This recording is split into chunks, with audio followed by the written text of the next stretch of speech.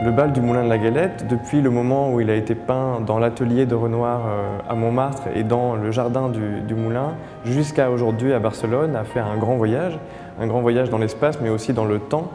Donc c'est intéressant parce que c'est une œuvre qui est déjà venue à Barcelone en plein pendant la Première Guerre mondiale et donc quasiment 100 ans plus tard, le tableau revient ici à Barcelone et on est très heureux.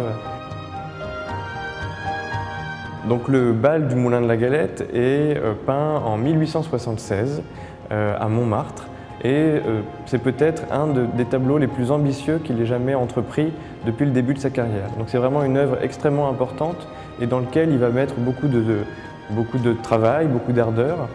C'est une œuvre qui est très importante aussi puisque Renoir jusqu'à présent a peint plutôt des petits formats. En tout cas, ces tableaux impressionnistes, généralement, ont des formats plutôt réduits. Et pour la première fois, il choisit un format très grand, qui est un format en fait, de peinture d'histoire, de peinture de salon. Le thème que choisit Renoir est un sujet très particulier, qui n'est pas un sujet traditionnel de la peinture jusqu'alors. On trouve plutôt ce thème donc, du bal de la guinguette ou du bal populaire dans les illustrations populaires en fait, ou dans la gravure, dans les revues illustrées. Ce n'est pas des choses qu'on trouve dans la grande peinture.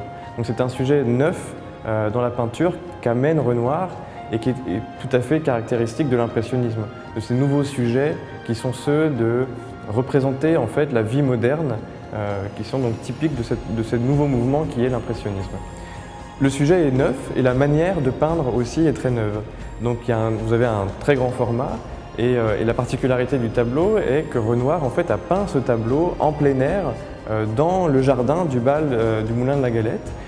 Ses amis qui ont posé pour le tableau, notamment Henri Rivière, qui est le personnage le plus à droite du tableau, et a raconté plus tard comment les choses s'étaient passées. Et il raconte que tous les matins, lui et Renoir portaient ce tableau et emmenaient la grande toile dans le jardin du moulin et pour que Renoir puisse peindre tous les jours sur le motif. Ça, c'est vraiment une grande nouveauté. Alors évidemment, le tableau est aussi peint en partie en atelier. Il y a toujours les deux en fait.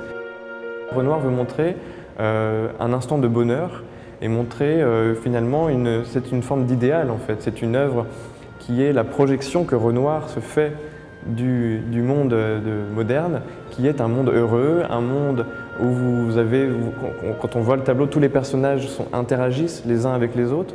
Il y a une forme aussi de tendresse dans cette peinture qui est très particulière à Renoir, qu'on ne retrouve pas du tout chez les autres, ou au contraire, Degas ou Caillebotte montrent comment l'individu est seul dans la ville, en fait, la ville moderne et la solitude.